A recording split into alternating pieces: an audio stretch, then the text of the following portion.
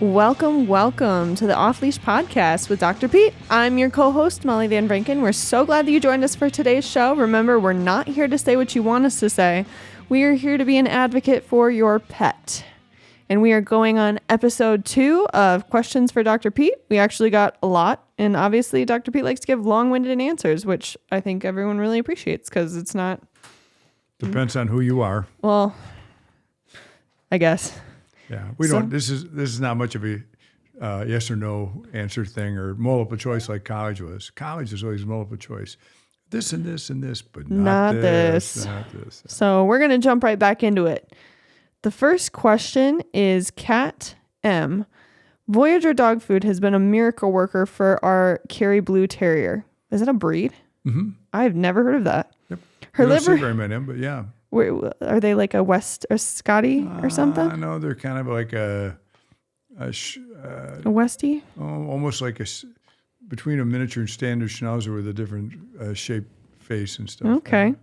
Her liver enzymes were elevating over several months to the point of scheduling a liver biopsy. We sought a specialist who prescribed changing her diet strictly to Voyager and reevaluating in a month. In just a short time, her liver enzymes have amazingly returned to normal. So my question is, will you be making a copper-free food for cats? The dangers of elevated absorption rates from humans processed copper seem like they would be even more prevalent in cats.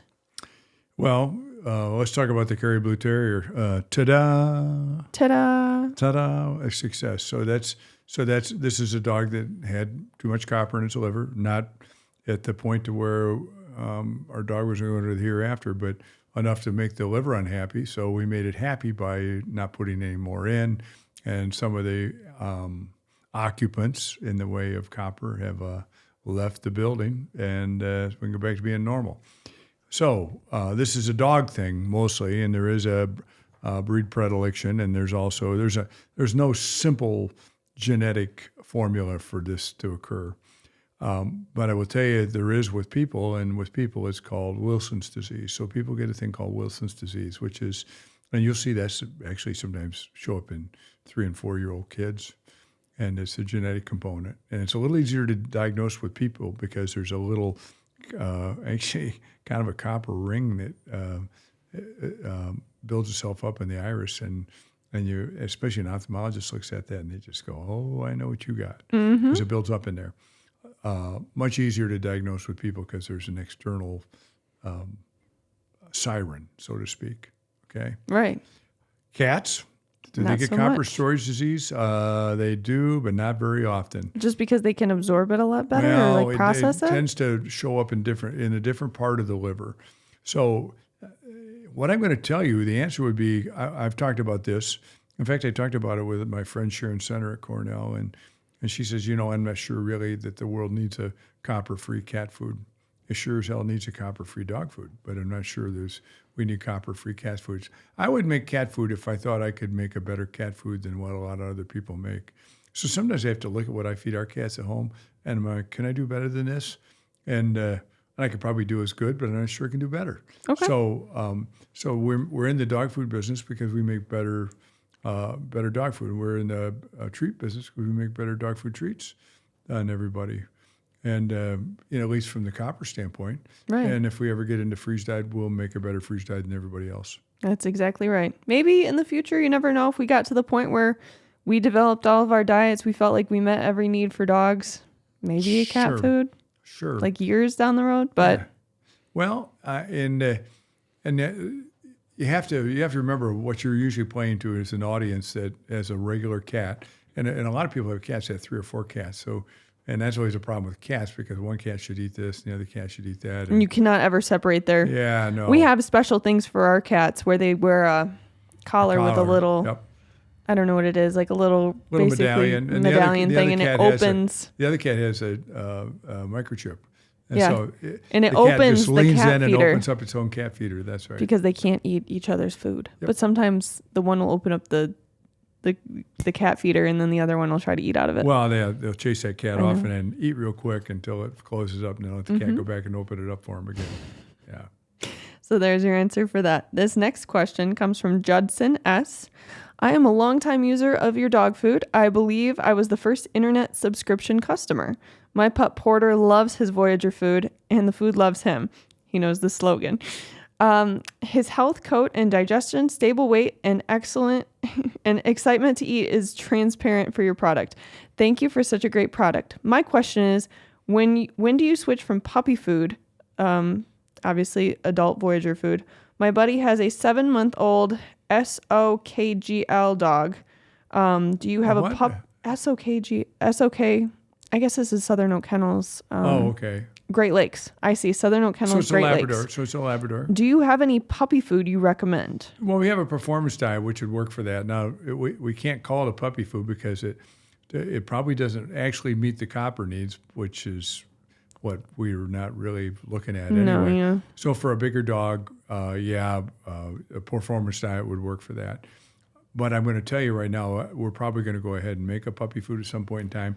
And you have a Labrador, so a Labrador probably should be on puppy food until it's 9, 10, 11, 12, 13 months old, something like that. What's the puppy food that you recommend, though? I'd probably I'd go with the name brands, probably. Purina. Yeah, Purina Pro Plan puppy food. Yeah, I fed that to my puppies. I went through a bag. I switched over really fast, though. I'd go through a bag of Pro Plan, and then I'd switch over to Voyager. Yep. And my puppies did great on Voyager. Yep. And it isn't like they're going to run into a copper deficiency. Ooh, I know what your dog has, a copper deficiency. We're actually trying to prevent a disease called copper deficiency that does not exist. And we're going to have this a little bit later on when we get our maybe a manuscript or so published about this sort of thing. But anyway, so if you had a Maltese, I think you take them out to puppy food at 4.5, 5 months because they're already grown. Right. Chihuahua, 4.5, 5 months. And they don't need to grow fast on the puppy food because the copper supplement is a growth promotant. It is. Yorkshire Terrier. Yeah. 4.5, 5 months, 6 months. And then as you get into medium-sized dogs, then you come off at 7 months or 8 months or 9 months. So the bigger the dog, if you have a big dog, like a gigantic dog, like we just had a question on a previous podcast about a Great Dane, probably wouldn't take them off puppy food until a year? 16, 17 months of age. Oh, wow. Yeah. Okay. So you've got to let those growth plates close and everything. And, you aren't going to x-ray them to see if the growth plates are closed. But really, by that time, when they're going through that terrific growth spurt, you need to make sure you have enough calcium and phosphorus, enough protein. And there'll be copper in just about everything you have available to you. Yeah. They won't be available in our foods, but it's available in the natural state. So I should probably reemphasize that. So if you're sitting there and you're chewing on a Butterfinger, there's some copper in the Butterfinger. Maybe that's why it's kind of copper colored. I don't know. Anyway, there's some copper in a Butterfinger. There's some copper in an apple. There's some copper in a peanut. So there's a little bit of copper in everything, enough to keep everybody going. So without causing a copper deficiency. Without causing the dreaded copper deficiency, which God forbid doesn't exist. So we're trying to, and that's why it's really crazy. We're going to have that many dogs getting sick to prevent a disease that doesn't occur. Right. Well, Judson, we appreciate your question. We hope that Porter's doing well. We love Porter. He's a beautiful dog. Have you seen him? Yeah, we've seen him at multiple Southern Oak events. Okay, good. Awesome dog. And he's exactly right. So this guy's got the jargon down. He's like jargon. Yeah, it's nice if your dog likes our food. It's a hell of a lot better if our food likes your dog. He didn't put it that way, but I'm putting it that way. He put it that way. My pup Porter loves Voyager food, and the food loves him as well. Very good. I love it. And that's exactly what you have. And it is more important that the food likes the dog than the dog liking the food. Listen, everything I really like, most of it, in quotations, ain't good for me. Right. But that's not the way the dog food business is. All right. This next question comes from Joy F. What low-fat dog food do you recommend? One of my dogs has acute pancreatitis and has been put on prescription dog food. It's somewhat expensive, and I'm looking for something comparable with 5% fat or less. Our other dog still eats Voyager dog food and has the softest fur ever. Yeah, when you have a dog that had pancreatitis, and I had a dog that had pancreatitis, I had a birthday party and a pig roast all incorporated in the same event. And we had a dog named Bandit, and I had some friends that probably were overserved and gave Bandit pork fat. And no. And he got pancreatitis, yeah. Were you mad at your friends? No, not really. I was probably overserved too, so I don't know that I had a right to start dogging them on it. But, I did tell people not to feed him. Well, then at the end of the next day, I got up and we're cleaning the house up and everything. And he's out there in the backyard where the pork was eating the dirt where the fat had drained off the pig. So he was really sick. And believe it or not, he never died from this, but he got really sick, and then he got it easier and easier every time. So, he could look at a restaurant menu and get pancreatitis just looking at some of the stuff on the menu. So that's a problem. Once they've gotten pancreatitis, it's easier and easier and easier. And we know that this is lots of times related to excessive fat meals, and we see this sometimes around. But that's not the question. The question is, what diet do you recommend? Well, I'm going to get to that. Okay. So we know that these dogs, and we don't know what amount of fat actually is going to make them flip. So when you're looking at 5%, that isn't a low-fat diet. That's an ultra-low-fat diet. And I assume that's a kibble. If it's a kibble, that's a really, really low fat. If it's here's what we got to do. We got to figure out, if you're looking at a can of food and you tell me it's 5% fat, well, that's a lot, because if it's 80% water and then 5% fat, it really, once you take the 80% out, now you're left to 20% and 5% of that, and that's the 25% fat diet. That is a high-fat diet, a really high-fat diet, 25%. So that would actually cause the pancreatitis. So what I would do is I try to find some of these. There's some generic stuff, and you got to figure out what the generic stuff, and not generic, but things that are not prescription. So I would probably try to find one of these weight loss diets, and I would try to figure out what the quality of the ingredients was. And what you'll do is just kind of look down, and probably fat will be way down in there. So I'm guessing maybe you can get away with 6 or 7% fat every once in a while. And do you have any good recommendations? No, I would stay with the big players. I'd stay with Purina, Hills. Do you think that we'd ever offer Royal Canin? a pancreatitis we diet? may go ahead and do that. We may go ahead and offer that at some point in time. We're going to have a lot more customers, because here's the thing: when you're offering low-fat diets, there's not a lot of interest in it. You can't make 80,000 pounds of it and have half of it go south because it expired. So we're going to wait till we got a lot of stuff going on here.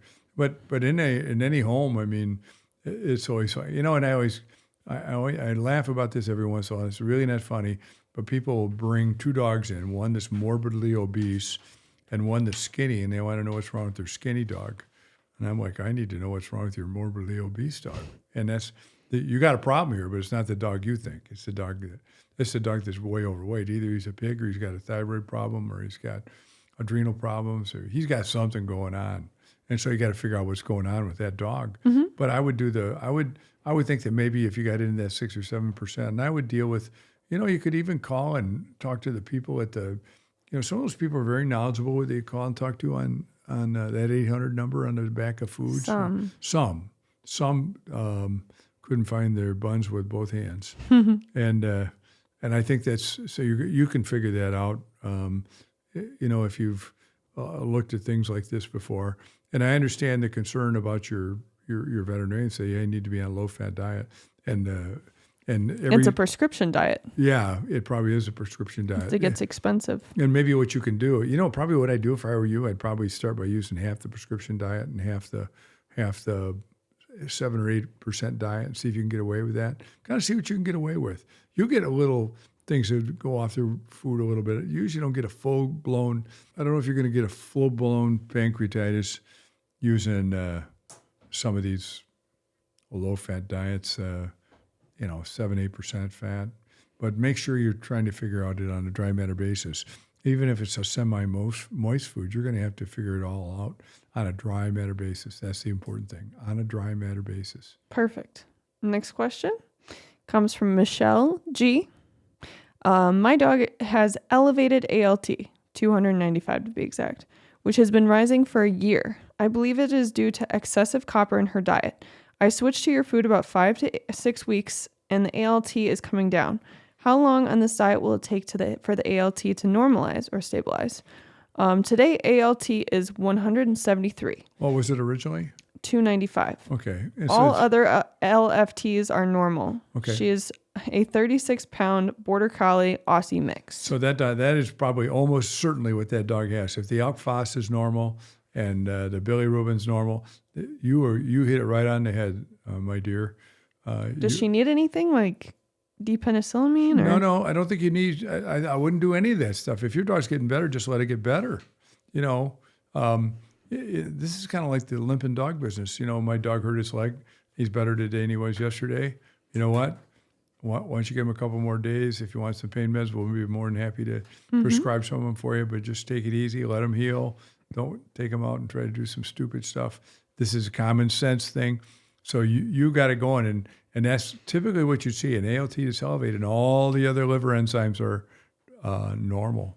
And so this is probably almost certainly one of those dogs. Good. And Good. She figured it out. Yeah, did she figure it out, or doctor figured it out? I thought it was her that she figured it out. Good for her. You know, and what happened is, and I trust that.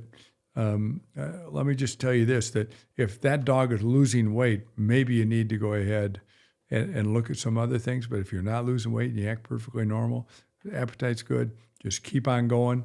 And then this dog eats that food until this dog's not on the earth anymore. That's how long you feed it. This isn't a dog food you feed and then let's see what happens when we come off it, because it's a maintenance. Yeah.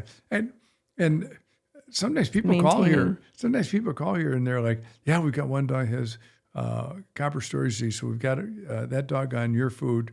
And I'm like, well, "What about the other dogs? How many other dogs you got?" 3.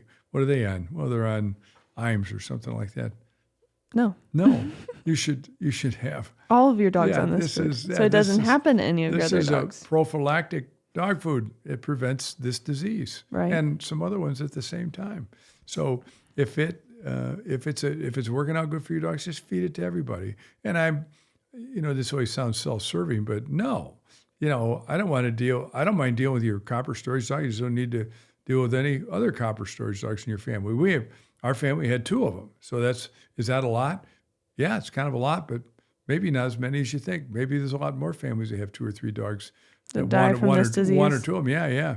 Well, maybe that's, I keep wondering why people are doing this. The only term that ever comes to mind is class action suit, but that may be why nobody's doing anything about this. They're worried about that. So right.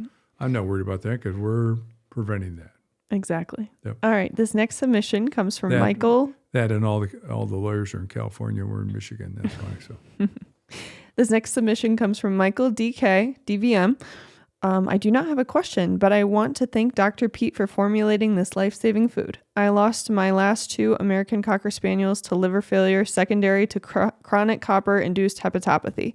They both died at 5 years of age. Devastating after losing Lucy, I contacted Dr. Sharon Center at Cornell University of Veterinary Medicine, and it was her who told me about the diet formulated with no added copper, and recommended that I try it. My current dog, Grace Ray, and also an American Cocker Spaniel, will be 6 years of age coming April 3rd. I have a complete comprehensive blood panel performed by my veterinarian every 6 months, and so far, all is good. Once again, thank you for all that you do. By the way, I practiced for 40 years and retired 5 years ago. Well, good for you, man. I just can't put it down, so I'm still doing this. But you're never going to retire. I know, but good for him. You know what? And Cocker Spaniels are recognized for having this. And here's my guess. My guess is this guy has a breeder that he likes to get his dogs from, so they have maybe a similar genetic background. I can't say that for sure, but if he had a couple of them that had it, I'd almost guess that he goes back to the well. Well, no, he likes the dogs that come out of that place. I mean, all my dogs are from basically the same place, so I know. Yeah. I know how that goes. Yeah, the well. So you go to the well, and good for him. I'm happy for him, and I'm happy. And listen, it's very good for us to hear about that. That is, it puts a smile on our face. We're glad that your dogs are doing well, and I'm sorry you lost your other 2 dogs, but.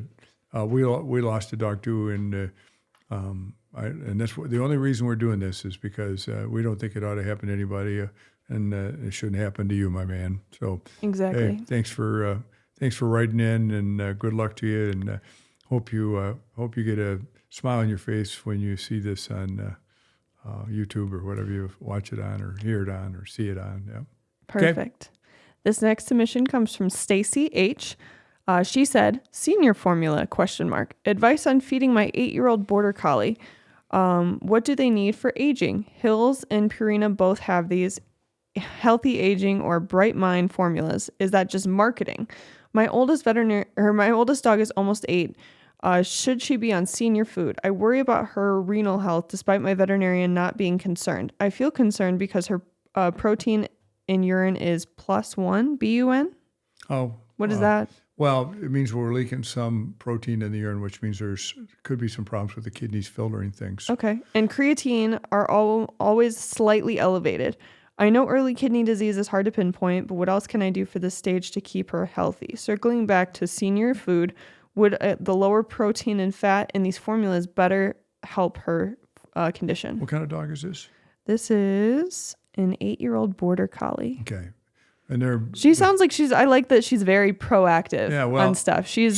So this is the way everything started. In fact, the Hills company got started because a guy had a leader dog and it was in kidney failure. And so this veterinarian in Raritan, New Jersey, Mark Morris, he kind of figured that all out. And so it's been kind of fun. I mean, and it was a kind of a weird deal with him because he founded the company and then went back to practicing, which is kind of what I'm doing. But nonetheless, I think the phosphorus, we understand now the phosphorus is a big deal. So you want to limit the amount of phosphorus in a diet. And if you can, eliminate some of the protein. I sure wouldn't be feeding treats that were high in protein. I'd be feeding things that were more like carbohydrate treats or, things like that. Maybe even a little bit of fat's all right. But most of these diets that are senior dog diets are going to have less phosphorus in them. And that's the thing you want to be at. So when it says this is 1 to 6 and this is 7 to 11 or whatever, what they are, they're betting that this could happen to that dog, so they limit the amount of phosphorus in the diet and sometimes limit some of the protein in it. But you're exactly right, keeping an eye on your urinalysis, and you can get what's called an SDMA, and that'll predict how far into this you are. It is like the smoking rags of kidney disease. You don't want to wait for the fire to break out. You got smoking rags. You do something about it. Do you need to be on a prescription diet? Maybe you do. Maybe you need to be on a prescription diet for renal failure. But there's a number of things you can do, and the fact you're doing a regular urinalysis all the time is good. Sometimes we see, I take it there's no infection, or otherwise you would have mentioned that in your question. So yeah, limited phosphorus, limited protein, but the phosphorus, that's the deal breaker, the phosphorus. That's the thing you want to watch the most. And that goes for your treats too. So you got to be careful what you're doing on treats. You can't be giving them things that have a lot of calcium and phosphorus in their treats. So just be careful on the treats. And I'd probably get, we've already talked a little bit about this on one of these is, you use apples, bananas, carrots, things like that. Mm-hmm. We don't need to use these or ABC treats. Yeah, the ABC. Voyager ABC treats. Yeah, we make a treat that has 5.7 parts per million of copper in apples, bananas, carrots, a little bit of rice, and there's cinnamon. Cinnamon, molasses. It smells so good. Peanut butter. They're such good treats. We call it the black tar heroin treats. Yeah. We said the other day they're called ABC treats, apples, bananas, carrots. We call it Adderall, black tar, cocaine, black tar heroin, and cocaine. Cocaine, yeah. They're addictive. Because the dogs literally are addicted to them. We tell our dogs to go upstairs, time to go to bed, and they get in their cage, and you bring the bag out, and they go up the stairs. They gotta make a right then a left, and then they hit the back of the cage. Boom! You can hear them, because they know that they're gonna get their treats. Yeah. Well, that was a good question. Do you think that the senior diets are mostly marketing? I don't think they're mostly marketing. I think there's some science to them. Or bright mind formulas? Well, the bright mind, that's a good deal because what they do is they put medium chain coconut oil in there. So that's for cognitive dysfunction. What if I just added coconut oil to my dog food? Medium chain, and I'm going to guess your dog wouldn't like it very well because you're putting it on the outside. I don't know. I've seen dogs eat it up. My dog, I scoop up coconut oil and give it to my dogs. Okay. Yeah. Okay. Well, it's supposed to be for cognitive dysfunction, and it does work for cognitive dysfunction. And for anybody who has a dog that seems to get caught in corners and doing all that sort of stuff, that Purina does make a bright mind stat. That diet does work, and we prescribe that for people. That is actually a prescription diet called the neurologic diet, and which is really about the same thing as their bright minds diet. But bright minds is certainly worth a shot if you have a dog that it seems to be. Like we had one dog, Bandit. He got that when he got older, and he'd be wandering around in the bedroom at 2 a.m. and stuff, and confused. And, yep. All right, you ready for the next question? Yep. This comes from Marissa T. I forgot to ask one of my questions regarding the hydrolyzed food the other day. Is there any canned hydrolyzed or other kinds that we can use with the hydrolyzed salmon dry food that would be safe? I think I know the answer, but I wanted your opinion. I usually put one of his pills in a little bit of canned food and give it to him that way since it cannot be grouped up. I remember Dr. Pete saying that we could use peanut butter plain or marshmallow, but I don't like the idea of all that sugar. Thanks again. Well, I like the peanut butter. I don't xylitol free. Yeah, xylitol, peanut butter. But I don't want it to be. I don't want the smooth stuff. I want the crunchy stuff because I want there to be something textured in it. Well, I want them to expect to have something that goes crunchy when they do it. So that'd be their pill and their peanut butter. I know that peanut butter can be sugary too. But I'm all right with the marshmallow, and of course this is for food allergies. So there's some gelatin in marshmallows. So maybe some people prefer to use vegetarian marshmallows. So any of those would work well. But I think that this is one of those things. I mean, we see, the hydrolyzed diets really work well. But is there any canned hydrolyzed? Yeah, there's a canned hydrolyzed. What is it? The one is Royal Canin, I think, makes the. In fact, I think ZD it comes in can for dogs also. Is it a prescription or can you buy it? Yep. Okay, so it's kind of hard to get. Well, it's not hard to get. It's probably easy to get, but it's expensive. Yeah. Yeah.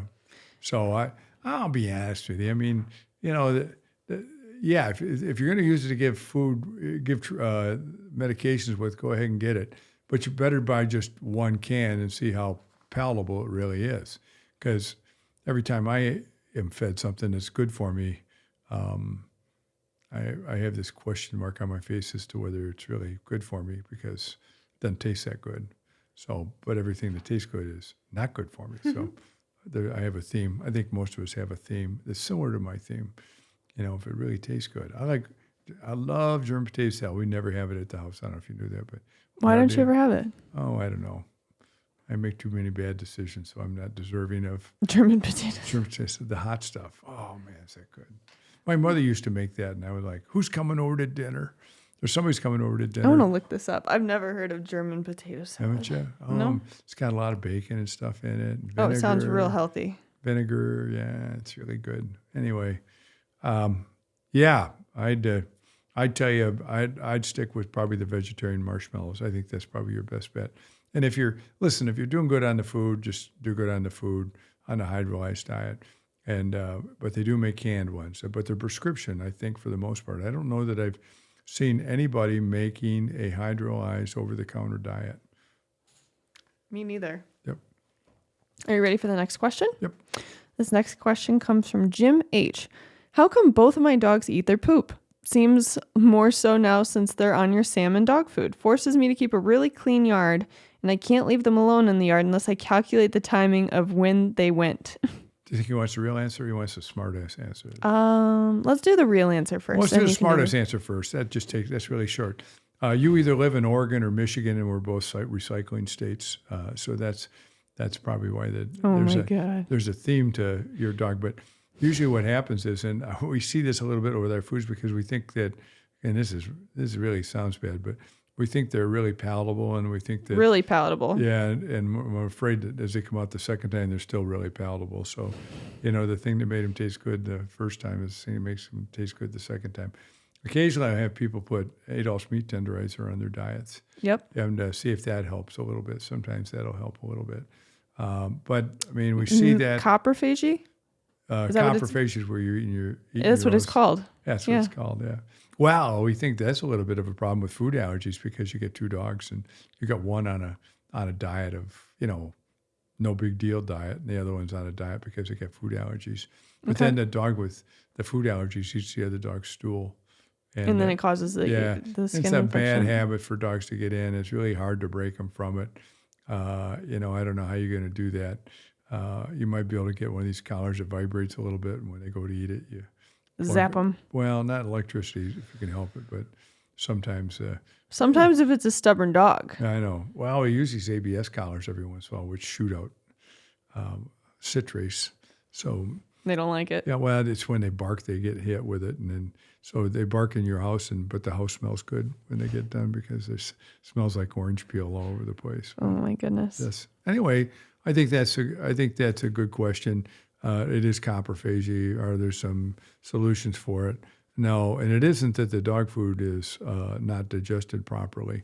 I think that they just find they liked it when they ate it, and it shouldn't taste as good the second time around, but for some dogs it does. Yeah. That's and fair. then I think it's almost kind of learned behavior. It's like one dog watches the other dog do that stuff, and it's like, oh my gosh,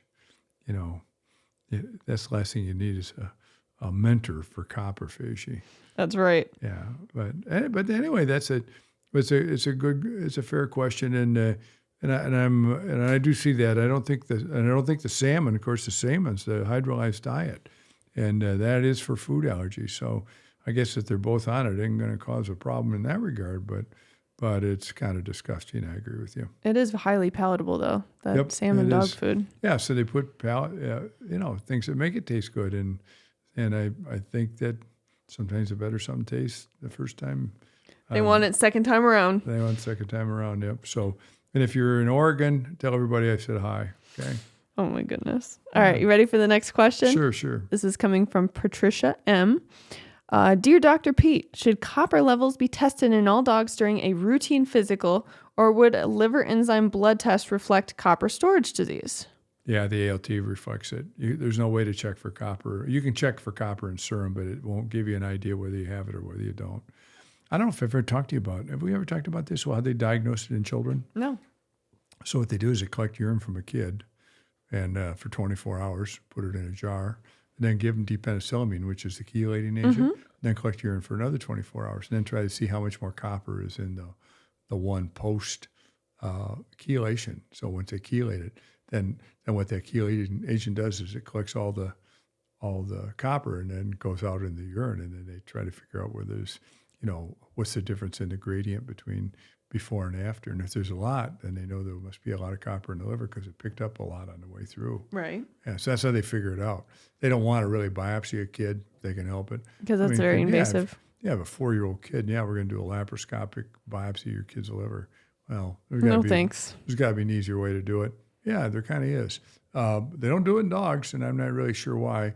I've seen people use hair every once in a while to try to determine how much is in the hair, but a blood sample is absolutely, it'll give you an idea with the ALT, if the ALT is elevated, but if you say I want to take the serum and check it for copper, it's worthless. Mm-hmm. Absolutely worthless.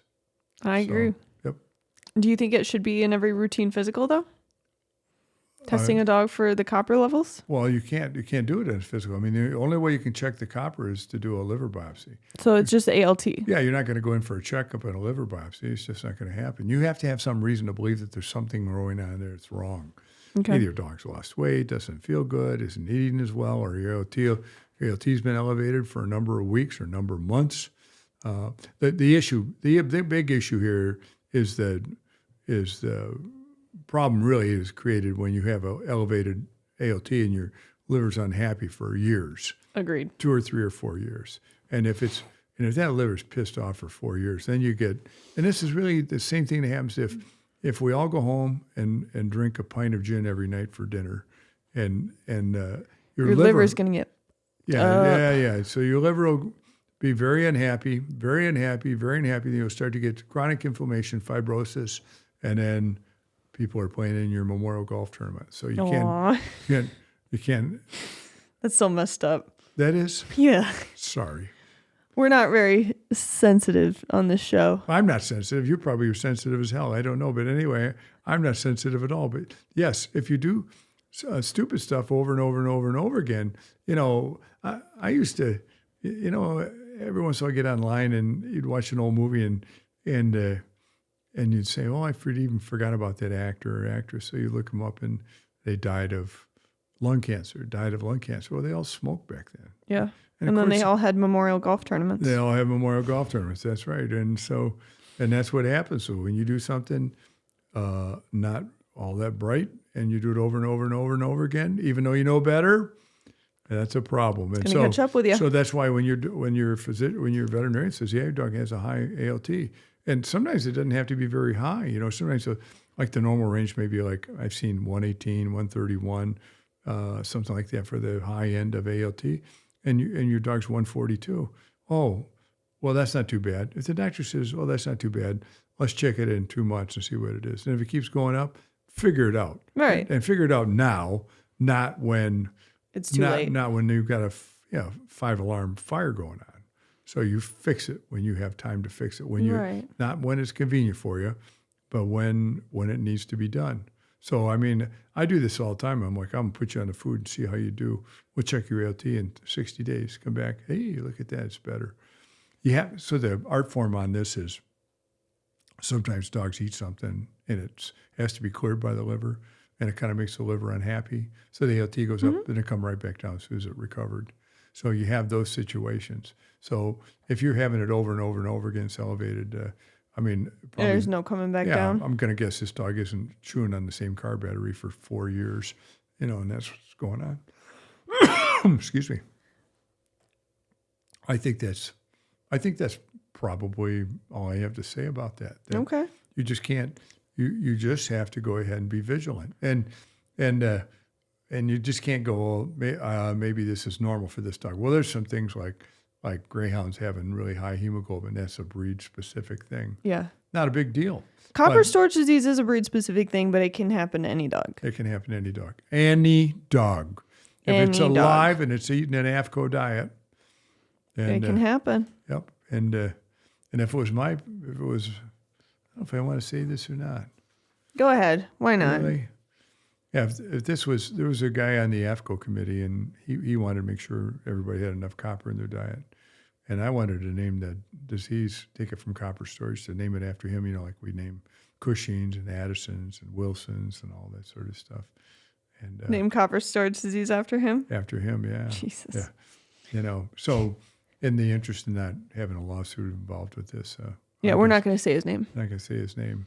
When we send out these emails asking Dr. Pete your questions, please feel free to send them back. We love answering them on our podcast. Well, and that's the other thing. We're not going to, I may call and give you a really quick answer, but you'll get the really you'll get the long-winded deal of if you can find out where it is on the podcast. And this one will probably be out in 5-6 weeks. Yeah. Couple weeks, yep. All right. Well, we sure appreciate you guys listening along with us today. We hope we've been able to share some information that will help you love your animals as much as they love you. Don't forget, always treat the treatable. And prevent the preventable. And we will catch you guys on the next one.